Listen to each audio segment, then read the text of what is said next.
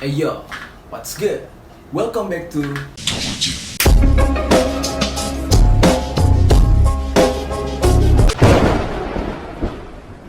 Kamar Jerry, cerita horor. Hari ini gue bakal bercerita tentang sebuah kejadian yang terjadi di sebuah desa di Pulau Jawa. Sebenarnya kejadian ini tuh kejadian yang dialami oleh temen gue. Tadinya gue mau ngajak dia buat langsung bercerita bareng gue di sini, tapi orangnya nggak mau terekspos. Terus gue berpikir apa ntar aja gue cerita langsung sama dia, sama orangnya, kalau orangnya udah mau bercerita di sini gitu. Tapi gue berpikir kayaknya gue harus nunggu dia dulu karena dia udah langsung ngirim ceritanya panjang banget ke gue, dan gue sangat tertarik. Sebenarnya gue udah baca juga sih beberapa kiriman dari kalian, cerita-cerita horor dari kalian ke Instagram gue, bahkan ke email gue juga ada. Tapi kayaknya cerita ini lebih menarik untuk gue ceritakan terlebih dahulu gitu.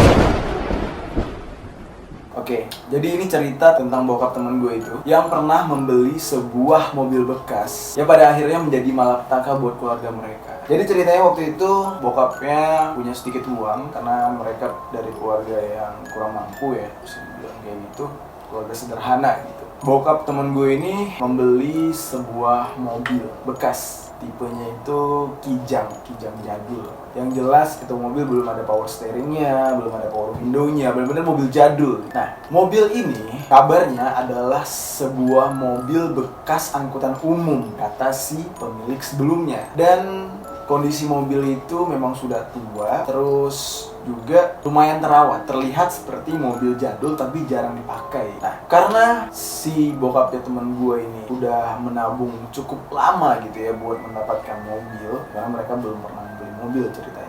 Si bokapnya ini sedikit gegabah, apa kurang paham gitu mungkin ya soal mobil gitu. Nah, ketika dia ditawarkan sebuah mobil bekas yang sudah tua tapi lumayan terawat gitu, dia tanpa pikir panjang kayak langsung test drive, enak, mesinnya nyala, udah langsung bungkus gitu. Langsung mobilnya dibayar cash tanpa dia tahu asal muasal mobil ini sebelumnya apa, apakah angkot, taksi kah atau apa gitu. Kejadian seremnya itu berawal di saat mobil itu pulang ke rumah. Jadi mereka tuh transaksi di sore hari. Mobil ini tiba di rumah sekitar jam 9 malam mau pulang ke rumah. Pada saat jam 12 malam, itu seisi rumah udah pada tidur. Temen gua begadang, dia bikin mie instan dan rencananya pengen dimakan sambil nonton TV. Nah, ketika dia membuat mie instan di dapur, posisinya dia itu menghadap ke kompor, di belakangnya langsung pintu dapur. Jadi kayak dia bikin mie instan mungkin posisinya kayak gini, nah belakangnya itu langsung dapur. Tiba-tiba kejadian aneh dimulai. Saat dia menoleh ke belakang, ada adiknya secara tiba-tiba berdiri di depan pintu yang sama sekali dia nggak tahu kalau adiknya itu masuk ke dapur. Nggak ada suara pintu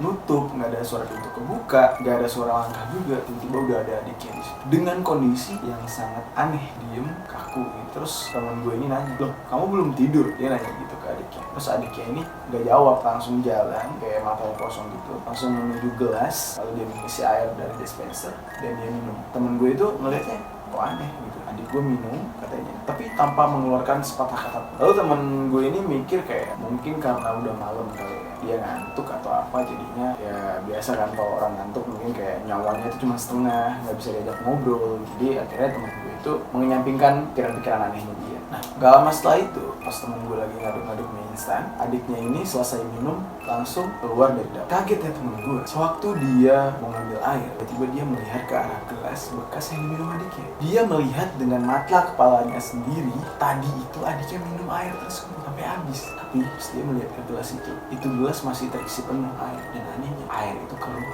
dan bau. Lalu dia membawa gelas itu ke kamar adiknya. Niatnya dia mau menanya ke adiknya. Dia ketok pintu, terus adiknya bangun kayak bener-bener matanya ngantuk banget sambil ngecup-ngecup mata gitu. Adiknya merasa aneh, kenapa ngebangunin malam-malam gitu, aku baru tidur kata adik. Terus kata dia, kamu tadi minum kan? Ah enggak, aku gak minum, aku tidur kata adiknya. Loh kamu pergi ke dapur, ini minuman kamu kan? Ini kok gak habis, terus kok bau banget, kamu kumur-kumur ya di sini gitu kata temen gue. Terus adiknya itu kayak ngelak gitu, bilang enggak, dia gak minum gitu. Mungkin karena saking ngantuknya, adiknya bodo amat langsung nutup pintu, kunci pintu. Terus si teman gue ini masih berpikir positif gitu, kayak oh mungkin tadi adik gue ngantuk, jadinya dia kayak nggak inget kali kalau dia harus minum gitu. Kan sering tuh orang kayak melakukan sesuatu di saat ngantuk serasa kayak mimpi gitu. Nah ya udah, akhirnya teman gue buang air itu langsung menuju ke depan TV sambil makan mie instan yang udah dibuat tadi.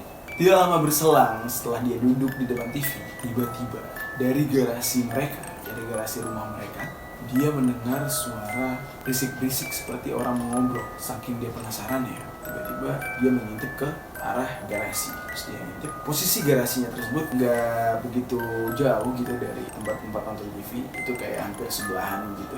Lalu teman gue menuju garasi dan temen gue kaget banget ngelihat pintu mobil tersebut tuh kayak baru aja dibuka dan lampu dari mobil itu kayak baru aja nyala. Lu bisa bedain kan, kayak kalau kita lupa matiin lampu, biasa kalau kita pegang lampunya itu agak panas, tapi ini lampunya nggak panas dan kondisi pintunya baru kebuka. Terus temen gue ya udah masih dengan berusaha berpikir positif, lampu dari mobil itu dimatiin. Keesokan harinya, adik perempuan dari si teman gue itu minta diajarin mengemudi gitu. Dia minta belajar mengemudi sama bokapnya. Nah, bokapnya mengiyakan tapi dengan syarat belajar mobilnya itu malam supaya jalannya sepi dan lebih gampang gitu belajar mobil ya. Nah, di saat itu temen gue juga ikutan pas adiknya belajar nyetir. Terus di malam harinya sampai di tempat belajar mengemudi tersebut, adiknya langsung mengambil alih dan menyetir.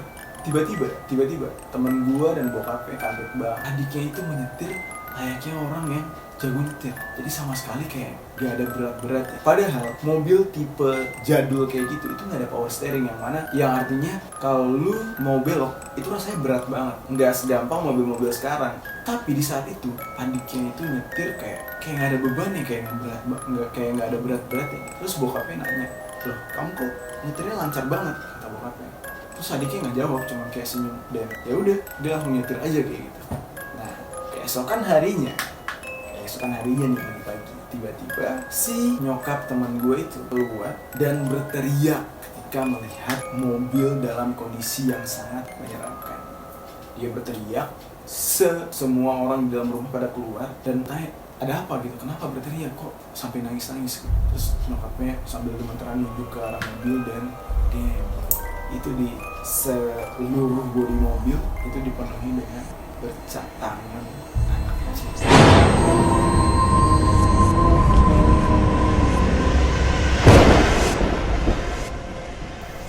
Jadi benar-benar kayak itu mobil tuh kayak apa ya, kayak bekas dipegangin. Jadi nggak biasa banget. Sekarang logikanya gini, kalau itu mobil ada yang isengin buat dikotorin pakai telapak tangan, siapa yang mau ngotorin di tengah malam? Dan anak kecil mana yang seiseng itu sampai ke kaca-kacanya. Dan dari beberapa telapak tangan yang ada di situ, itu ada yang kayak bekas darah di beberapa. Terus bokap teman gue langsung ngambil keran air dan mobilnya langsung disiram dan langsung dicuci di malam itu juga. Nah, keluarga mereka tuh kayak nggak yang berpikir ke arah yang mistik-mistik dulu gitu. Dia langsung kayak mikir ya udah sih gitu, mungkin ada orang iseng atau apa gitu. Pada akhirnya puncak dari ketakutan keluarga ini itu berakhir pada malam keempat di mana mobil itu dibeli. Ada kejadian di mana seluruh isi rumah sudah tidur. Tiba-tiba ada suara mobil menyala. Mobil yang beli tersebut. Jadi posisinya mobil itu nyala, terus kayak ada yang ngegas kayak ada orang di dalamnya. Sampai akhirnya seisi rumah keluar ngeliat, ini siapa yang malam-malam tiba-tiba nyalain mobil. Sewaktu mereka ngeliat, itu kaget banget. Di dalam mobil itu ada sesosok anak kecil perempuan. Sosok anak perempuan yang mukanya hancur, berdarah gitu men. Kayak ya serem aja pokoknya. Dia melihat ke arah keluarga itu dan tertawa.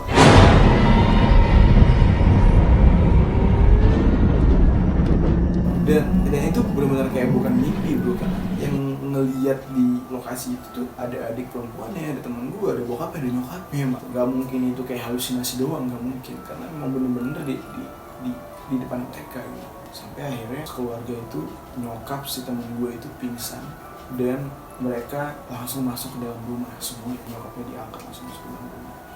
Bokapnya temen gue udah gemeteran, udah gak tahu mau ngomong apa lagi.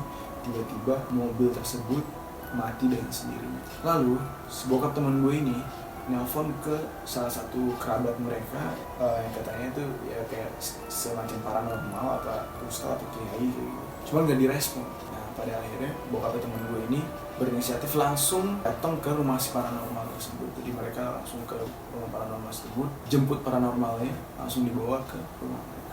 Sampai di rumah si paranormal bercerita Kayak tadi pas saya baru nyampe di dalam mobil itu, saya lihat banyak banget orang. Ada cewek, ada anak kecil. Yang jelas tuh kayak di Indonesia tuh ada yang kuntilanak, ada apa, pokoknya di dalam mobil itu banyak banget. Terus si paranormal ini coba berkomunikasi dengan makhluk-makhluk yang ada di mobil tersebut. Dan barulah terbongkar sebuah fakta bahwa ternyata mobil tersebut bukan bekas angkot, bukan bekas taksi, atau bukan bekas kendaraan transportasi umum biasa. Ternyata mobil tersebut merupakan bekas mobil pembawa jenazah.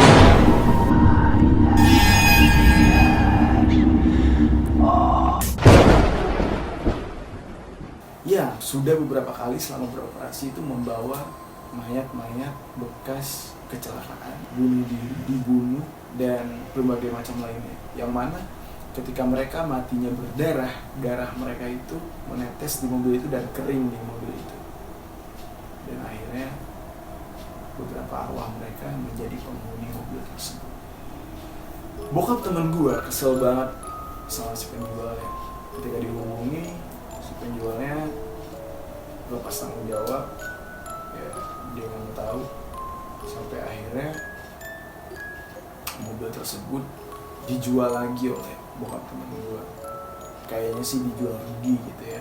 Jadi kayak udah, ini mobil jangan sampai ada di rumah lagi karena bisa mengganggu mental keluarga mereka. Dan fakta menariknya adalah sampai sekarang ini mobil itu masih ada. Buat lu yang mungkin pengen beli mobil yang jenisnya mungkin sama kayak gini, tipe, jenis, mereknya sama seperti cerita ini, hati-hati jangan sampai mobil tersebut jatuh ke tangan. Oke, cukup sampai di sini dulu Kamar Diri edisi cerita horor. Sampai ketemu di episode-episode selanjutnya. Jangan lupa follow Instagram gue, subscribe channel ini, dan tinggalkan komentar di bawah. Share juga. See you, geng. Kamar Diri.